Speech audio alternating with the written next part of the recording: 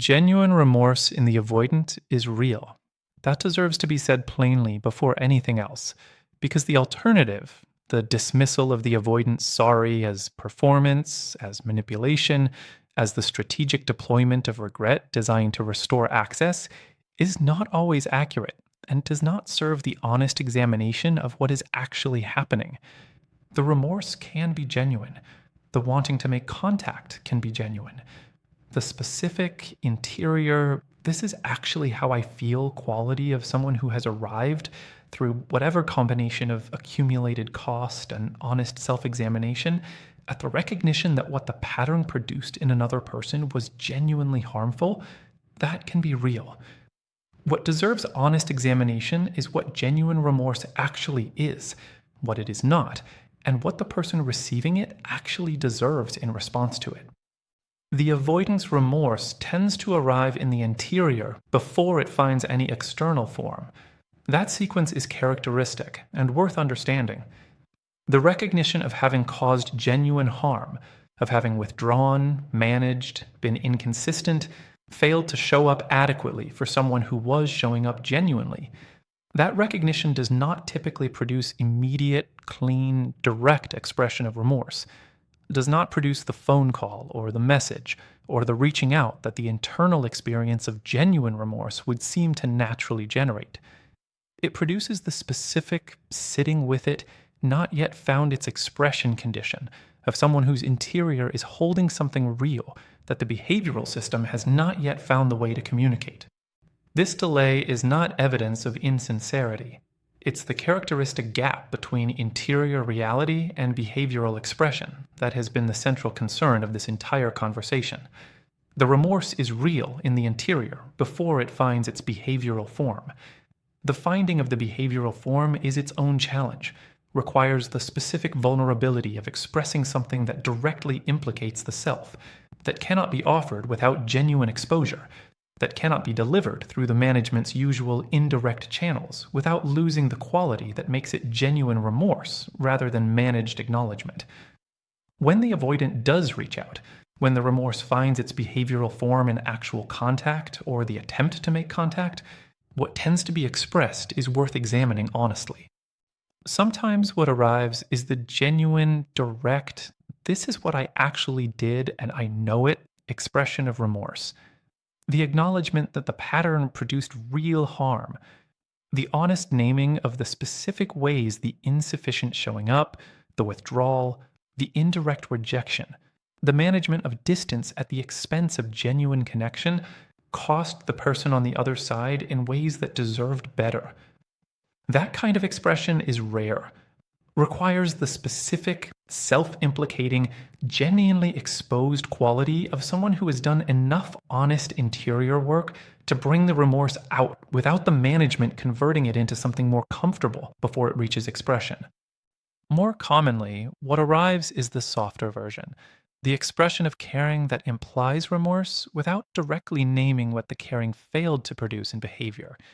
The reaching out that carries the emotional weight of genuine regret without the direct, honest accounting of what the behavior actually was. The I've been thinking about you, that is real in its feeling and incomplete in its accountability. Both versions, the direct and the softer, can carry genuine remorse. The directness of the expression is not the measure of the sincerity of the feeling, is the measure of how far the interior work has progressed in terms of the avoidance capacity for genuine self-implicating honesty. What the person receiving the remorse, the empath or whoever is on the other side of this, deserves in response to it is not determined by the sincerity of the remorse. That is the honest, important, practically significant thing to say clearly. Genuine remorse is valuable, is real information about what is happening in the avoidance interior, is the evidence of a recognition that genuine harm was caused, is meaningful in the honest accounting of what the dynamic was and what the avoidant is capable of acknowledging about their own contribution to it. And genuine remorse does not automatically create obligation, does not require the person to receive the contact warmly, does not mean the wanting to contact translates into the person being obligated to be contactable, does not transform the avoidant's sincere sorry into the reason the person should reorganize their own genuine life around the possibility of the connection's restoration. Remorse belongs to the avoidant, is their interior experience, has its own value as the evidence of genuine recognition. What the person does with the remorse belongs entirely to the person. The person considering what to do with the avoidant's genuine remorse and wanting to contact is in the position that has been described throughout this conversation, the position of honest, clear-eyed, warmly grounded assessment from the foundation of a genuine life that is genuinely their own. From that position, the honest questions are available without the distortion of either hope or hurt doing the asking. What has changed? Not what is being expressed in the remorse. What has actually changed in the conditions that produced the behavior that the remorse is acknowledging? Is the architecture that produced the insufficient showing up different? Has the interior work that would make genuine, sustained showing up possible been done? Is there evidence, not in the feeling of the remorse, not in the expressed intention of the wanting to contact, but in the actual behavioral history of the period following the pattern that produced the remorse, that something fundamental has shifted? These questions do not have certain answers available from the outside. The avoidance interior development is not directly visible, cannot be confirmed by the quality of the remorse's expression, cannot be assessed with certainty from the contact's content. But the honest asking of them is the self-respecting response to genuine remorse, not the dismissal, not the immediate warm welcome. The honest, clear-eyed asking of what has actually changed, alongside the genuine acknowledgement that the remorse itself is real.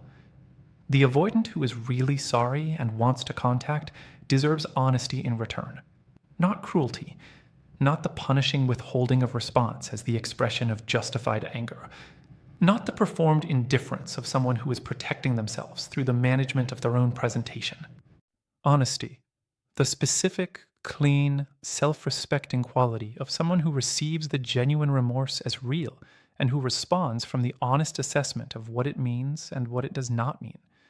That response might be warmth with honest conditions, the genuine acknowledgement of the remorse alongside the honest communication of what genuine return would actually require, not as an ultimatum, as the authentic expression of what the person knows about themselves and what they know about the dynamic and what they are and are not available for. That response might be genuine openness to seeing what the contact produces over time, the warm, non-organized around the outcome reception of the reaching out, without the immediate declaration of what it is or what it means. The settled, this is simply how I am here quality of someone who is present to what is happening, without requiring it to be resolved into something specific before the ordinary days have had time to show what they show.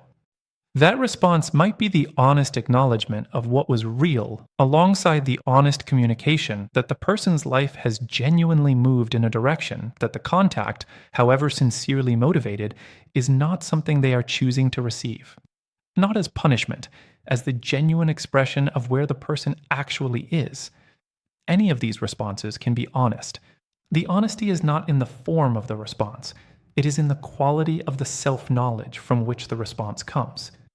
The person who is genuinely grounded in their own life, who has done the genuine interior work, who has genuinely returned to themselves, who is honestly inhabiting the ordinary days as the primary substance of their actual existence, that person has the most complete foundation available for responding to the avoidant's genuine remorse honestly.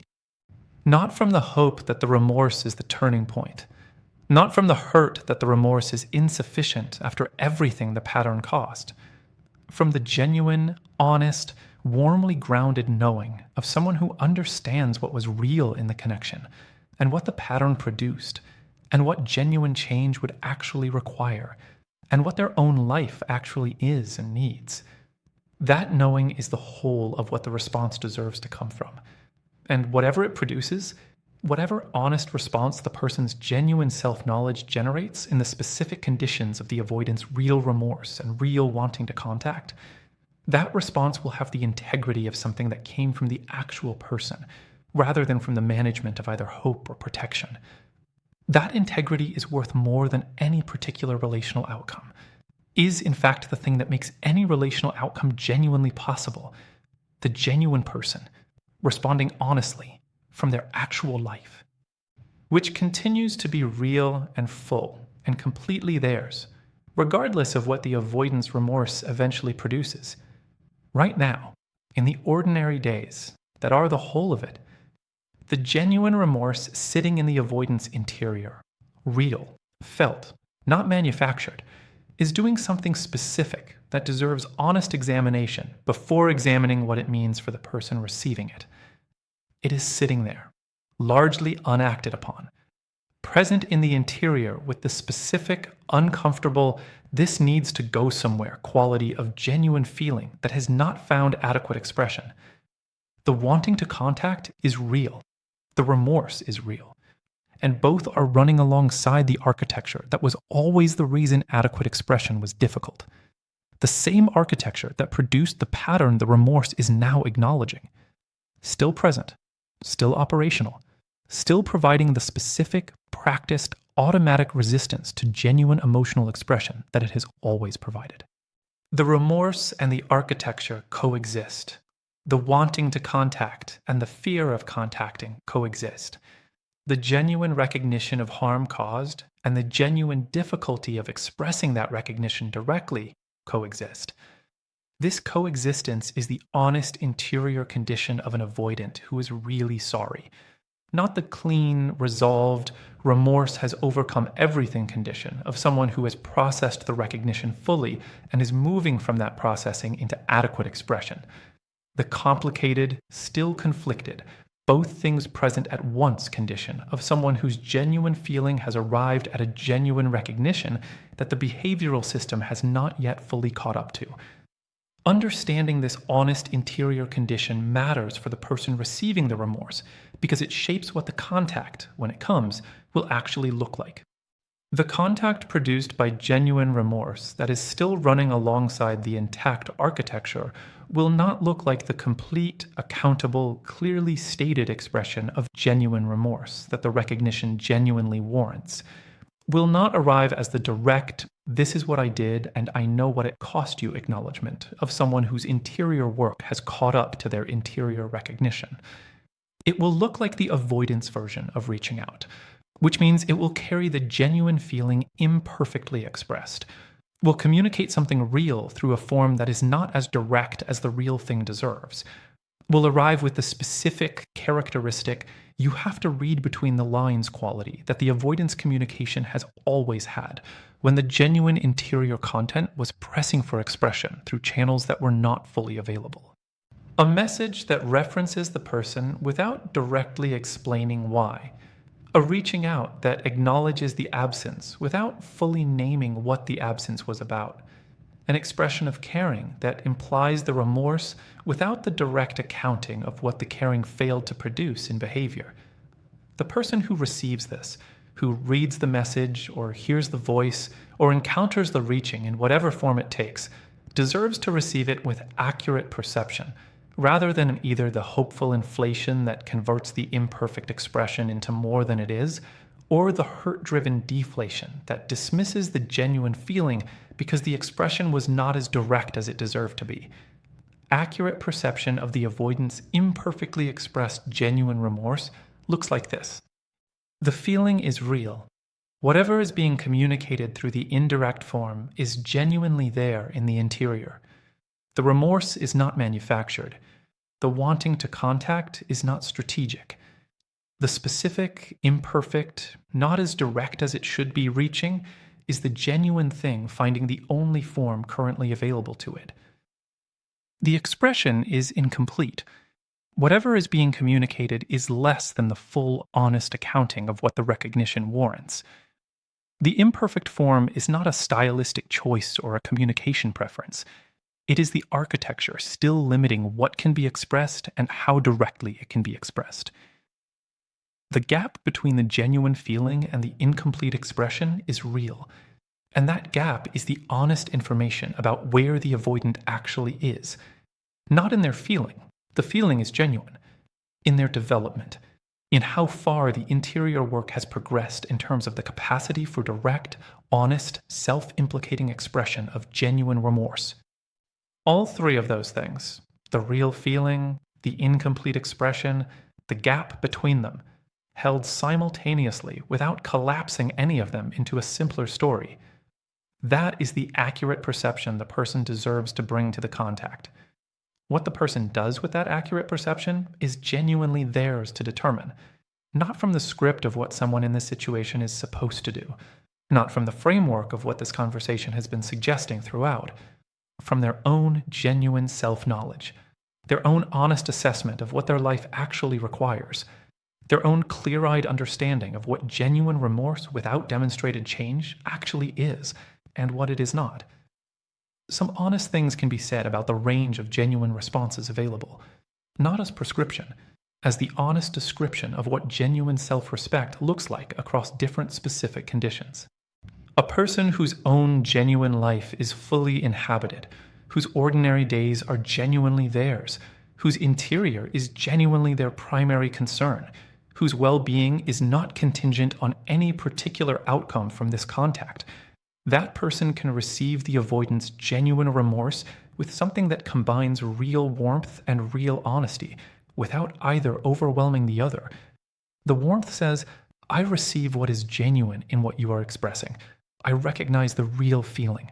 I am not dismissing the significance of the recognition that is evidently occurring in your interior. The honesty says, what I receive as genuine feeling, I also receive as incomplete expression, of incomplete development. I am not organized around this contact as the event that changes the direction of my life. Whatever this is the beginning of will show itself in the ordinary days that follow, and my life continues fully in those days regardless of what this becomes. That combination, genuine warmth and genuine honesty, held together without either suppressing the other, is not a stance adopted for strategic effect. It is the natural expression of someone who is genuinely grounded in themselves, and who genuinely cares about the person reaching out, and who is also genuinely clear about what genuine care for themselves requires. The avoidant sending the contact, sitting with the remorse, finding the imperfect form for the reaching, pressing send or making the call or whatever form the contact takes, is in a genuinely vulnerable position that deserves honest acknowledgement. Not because the vulnerability excuses the pattern that produced the remorse. It does not. Not because the courage required to reach out translates into the right to a particular reception. It does not. But because accurate understanding of what the avoidant is actually doing when they reach out with genuine remorse helps the person receiving it to understand what they are encountering. And what they are encountering is someone who has, for perhaps the first time in this specific dynamic, chosen the exposure of genuine expression over the comfort of managed distance, even imperfectly, even through the indirect form that the architecture still shapes. The reaching is the choosing of expression over management. That is genuinely different from the pattern's previous operation. Whether it is sufficiently different to constitute the beginning of something genuinely new, whether the choosing of imperfect expression is the first step of genuine sustained development, or the acute expression of accumulated remorse that will settle back into the pattern's familiar operation when the acute conditions resolve, is the question the ordinary days will answer, not the contact itself. The ordinary days. There is something worth saying about remorse specifically, as distinct from regret, because the two are not the same, and the distinction matters for what the content is actually expressing. Regret is organized around the self, around what the avoidant lost, around the specific self-referencing experience of someone who recognizes that the pattern cost them something they did not adequately value while they had it. Regret says, I wish I had done differently because of what I am now without. Remorse is organized around the other person, around what was caused, around the specific, other-directed, genuinely accountable experience of someone who recognizes that the pattern caused real harm to a real person who did not deserve it. Remorse says, I recognize what I did and what it cost you, and I am sorry for that, regardless of what it means for me. The distinction is not always clean in practice. The avoidant who reaches out with genuine remorse is often experiencing something that contains elements of both: the regret at the personal loss and the genuine remorse at the harm caused to the other person. Both real, both present, both informing the contact. But the ratio matters. The contact that is primarily regret, primarily organized around the avoidant's own experience of loss, is different in character from the contact that is primarily remorse, has different implications for what is motivating the reaching out, is more likely to be the acute expression of the management's exhaustion than the genuine other-directed accountability of someone whose interior work has progressed to the point where the impact on the other person has become the primary concern. The person receiving the contact can often feel the ratio in the quality of the expression, not through deliberate analysis, through the honest, body level, this is what this is actually about perception of someone whose intuition is genuine and whose trust in that intuition has been restored.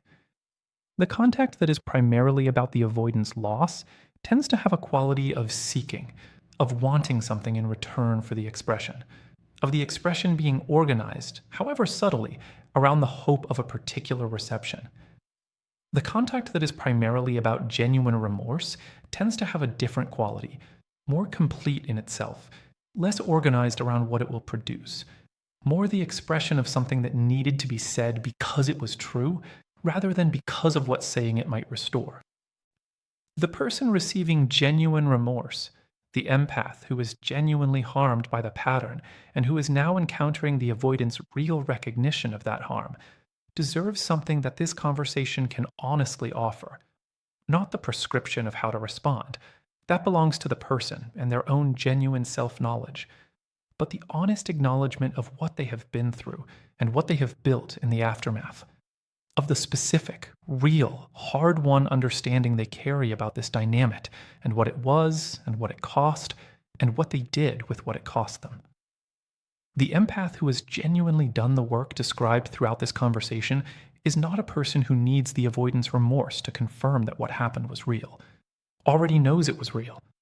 Already knows the genuine feeling was present on both sides, and the behavioral expression was insufficient, and the gap between those two things produced genuine harm. Already knows all of it. The remorse is the avoidant arriving at the same knowing. Late, but genuinely. And the empath, who is genuinely grounded, can receive the late arrival of the avoidant's honest knowing, with the specific quality of warmth that genuine compassion for another person's genuine difficulty produces, can receive it as real, can receive it as incomplete, can hold both without requiring either to be more than what it actually is.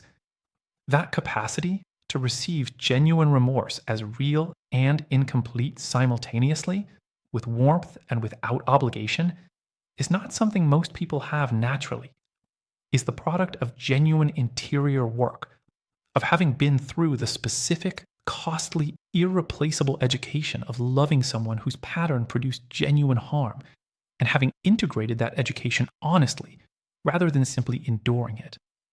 The empath has that capacity, has earned it through what the dynamic cost, is not required to deploy it in any particular way, is not obligated to offer it to the avoidant simply because they have it, but it is genuinely theirs. One of the actual, lasting, belongs to them permanently things the dynamic produced in the person who moved through it honestly, alongside the restored trust in their own perception, alongside the genuine self-respect that does not perform itself, alongside the ordinary days that are genuinely, completely, without condition, their own. All of it theirs. All of it real. All of it the honest content of a life that was genuinely lived through something difficult, and emerged on the other side more fully itself than it was before. The avoidance remorse is real. The person's capacity to receive it honestly is also real. What happens next belongs to both of them. Separately, each in their own interior, each making their own genuine choices from their own genuine self-knowledge. And the person's life, the actual, full, genuinely inhabited ordinary days, continues regardless, as it always has, as it always will, right now, in the ordinary days, that remain the whole of the thing. The remorse having been sent, the contact having been made, in whatever imperfect form it took, leaves both people in a specific, unresolved, genuinely open condition. The avoidant has done the thing the architecture was resisting, has let the genuine feeling find some external form, has moved, however imperfectly, in the direction of honest expression rather than managed containment. That is real, and it costs something real to do. The person has received something they did not know was coming, or perhaps sensed was approaching, or perhaps had genuinely stopped expecting. Has received it into the actual conditions of their actual life, the genuine, inhabited, ordinary day's life that is fully theirs. Both of them now in the open space after the contact. What that open space requires of the person is simply what genuine self-knowledge has always required: honesty about what they actually feel. Not the performed version, not the response calibrated to what seems appropriate given everything that has been understood about the dynamic. The actual, genuine, this is what is actually present response of a real person receiving real reaching out from someone they genuinely loved and who genuinely caused harm and who is now genuinely sorry. That response might be complicated, might contain warmth and grief and the residue of the specific hurt the pattern caused, and genuine compassion for the difficulty of the remorse, and honest uncertainty about what any of it means going forward. All of those things can be genuinely present simultaneously, without requiring resolution into something simpler. The person does not need to resolve the complexity before responding, does not need to arrive at the clean, decided position of someone who has fully processed everything and knows exactly where they stand. Can simply be honest with themselves first, then, if and when it feels genuine, with the avoidant. The honesty with themselves first is the most important part. Before deciding what to say, or whether to say anything, before assessing what the contact means or what it should produce, the honest internal sitting with what is actually present. What do I actually feel right now? Not what should I feel? Not what does the understanding of this dynamic suggest I should feel? What is actually here? That honest internal attending is the whole of what genuine self-knowledge requires in this moment, and it is genuinely available to someone who has done the interior work, who has learned to trust their own perception, who has restored the honest relationship with their own interior that the dynamic was quietly eroding. The answer to what is actually here might surprise, might be simpler than expected, might be more complicated, might contain things that do not fit neatly into the narrative of either healing or return. Whatever it is the honest starting point, the only starting point worth building from. In the ordinary days, that continue to be the whole of the thing.